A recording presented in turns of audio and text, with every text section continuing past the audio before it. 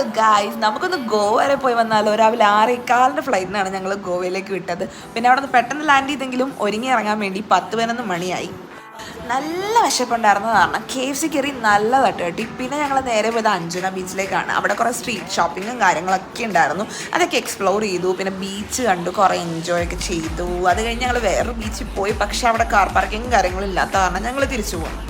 പിന്നെ റൂമിൽ വന്ന് ഫ്രഷ് ആയിട്ട് ഞങ്ങൾ നേരെ പോയത് ബാഗ ബീച്ചിലേക്കാണ്. അവിടെ ഷാക്കി പോയി ഫുഡ് കഴിച്ചു. പിന്നെ അവിടെ DJ പാർട്ടി, ഡാൻസും കാര്യങ്ങളൊക്കെ ഉണ്ടായിരുന്നു. ചില്ല് ചെയ്തു.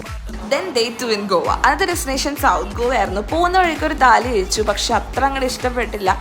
പിന്നെ ഞങ്ങൾ പോയ വഴിയും സ്ഥലങ്ങളും എല്ലാം അടിപൊളിയായിരുന്നു. ബട്ടർഫ്ലൈ ബീച്ചിലേക്കാണ് നമ്മൾ പോയത്. കാടും മലയൊക്കെ താണ്ടി ബീച്ച് എത്തിയപ്പോഴേക്കും നമ്മൾ എക്സ്പെക്ട് ചെയ്ത് അത്ര ഉണ്ടായില്ല. എന്നാലും ബീച്ചല്ലേ, അതുകൊണ്ട് ഇഷ്ടപ്പെട്ടു. പിന്നെ അവിടെ കുറേ നേരം എൻജോയ് ചെയ്ത് ഈവനിങ് ആയി, രാത്രിയായി തിരിച്ചെത്തിയപ്പോഴേക്കും.